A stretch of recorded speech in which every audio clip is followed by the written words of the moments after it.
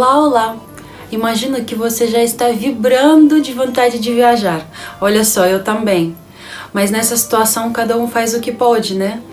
E eu posso e quero convidar vocês a conhecer o Parnas russo, um lugar encantador que inspira poesias e artes. Eu, para chegar até lá, usei 4 tipos de transporte público e vocês vão precisar de um só desse vídeo. Então, vamos conhecer o Astafjeva?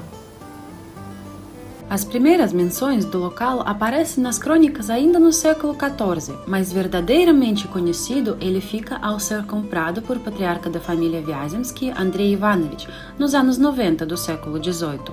Essa família, que tem seus raízes em primeira dinastia real russa, Rюrikovich, na época já teve muitas propriedades, mas ao nascer seu primogênito Pedro, Andrei Vяземский também comprou o Astafjeva nos arredores de Moscou. Ele promoveu uma grande obra nas novas terras e assim nasceu a esplêndida mansão no estilo clássico, jardins ingleses, coretos nos parques, entre outras coisas.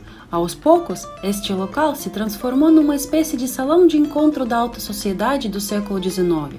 Os escritores Alexandre Pushkin, o pai do idioma russo, Ivan Turgenev, Vassili Zhukovsky, o educador do futuro imperador Alexandre II, entre outras, frequentavam Astafjeva. Entre 1804 e 1816, aqui viveu e trabalhou o historiador russo Nikolai Mikhailovich Karamzin. O autor da mais completa história do Estado russo escreveu os 8 dos 12 volumes de Astafjeva. Por que aqui, você perguntará? É porque no início de 1804, Karamzin, já viúvo na época, se casou com a filha bastarda do Andrei Vяземский, Ekaterina Andreevna. Em 1816, o historiador, junto à esposa, se mudou a São Petersburgo, pois ele precisava da aprovação do imperador Alexandre I para publicar seu livro. Assim, em 1818, saíram ao mundo aqueles primeiros 8 volumes.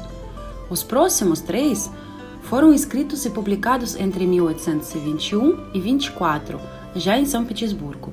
O último, 12º volume, foi lançado já depois do seu falecimento, graças à sua esposa, Ekaterina Andreevna, e aos amigos. Em 1807, o Astafjeva passou para as mãos do seu filho Petr Andreevich Vяземский e depois para Pavel Petrovich, seu neto. Durante o século XIX, a aparência do complexo não mudava muito, cada um de seus donos apenas acrescentava ou melhorava algo. Por exemplo, Pavel Vяземский transformou 3 quartos do segundo andar em salões de memórias em homenagem ao Pushkin, Karamzin e ao seu pai, Pedro Vяземский, ou Petr Vяземский, como nós falamos em russo. O mesmo Pavel Petrovich fundou a Sociedade dos Admiradores da Escritura Antiga, cuja função era estudar, publicar e popularizar os antigos livros russos. Além disso, Pavel apreciava muito as artes, seja a pintura, a gráfica, a arte aplicada. Ele colecionava relógios. Ele trazia tudo isso ao Astafjeva, formando preciosa coleção de raridades. O último dono do Astafjeva foi o conde Sergei Sheremetyev, esposo da filha do Pavel Petrovich, Ekaterina Pavlovna, a quem as terras foram vendidas por Petr Pavlovich Vяземский. A família Sheremetyev era uma das mais conhecidas e importantes famílias russas desde o século XV. Inclusive, os Sheremetyev eram autores de muitas obras sociais. Sergei Dmitrievich seguiu essa tradição da família e 1 ano após a compra do Astafjeva, na mansão foi aberto um dos primeiros museus dedicado ao mais conhecido escritor russo Alexandre Pushkin em homenagem aos 100 anos do seu nascimento. Além disso, Sergei Dmitrievich Sheremetyev e sua esposa Ekaterina tinham o objetivo de preservar para a posteridade as riquezas históricas e memoriais desse lugar.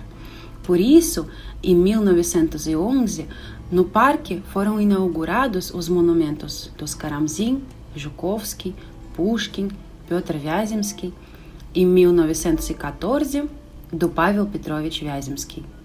Tudo mudou em 1917, quando em outubro aconteceu a Grande Revolução Russa. Todas as terras foram nacionalizadas e Sergei Dmitrievich também foi obrigado a assinar a entrega da sua tão estimada propriedade.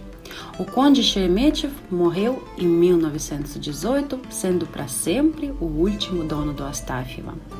Nos tempos soviéticos, esse precioso complexo sofreu perturbações grandes.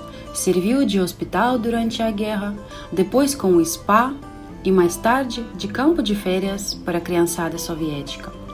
Foi seriamente danificada sua aparência naqueles tempos.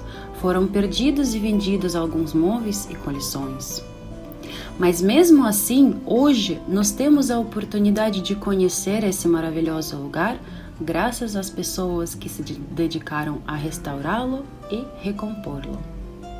Por hoje é só. Obrigada por acompanhar-me neste passeio maravilhoso. Espero que tenham gostado. E compartilhem, por favor, este vídeo. Convidam aqueles que também gostam de viajar a visitá-lo. E assim que abrirem as fronteiras, sejam muito bem-vindos.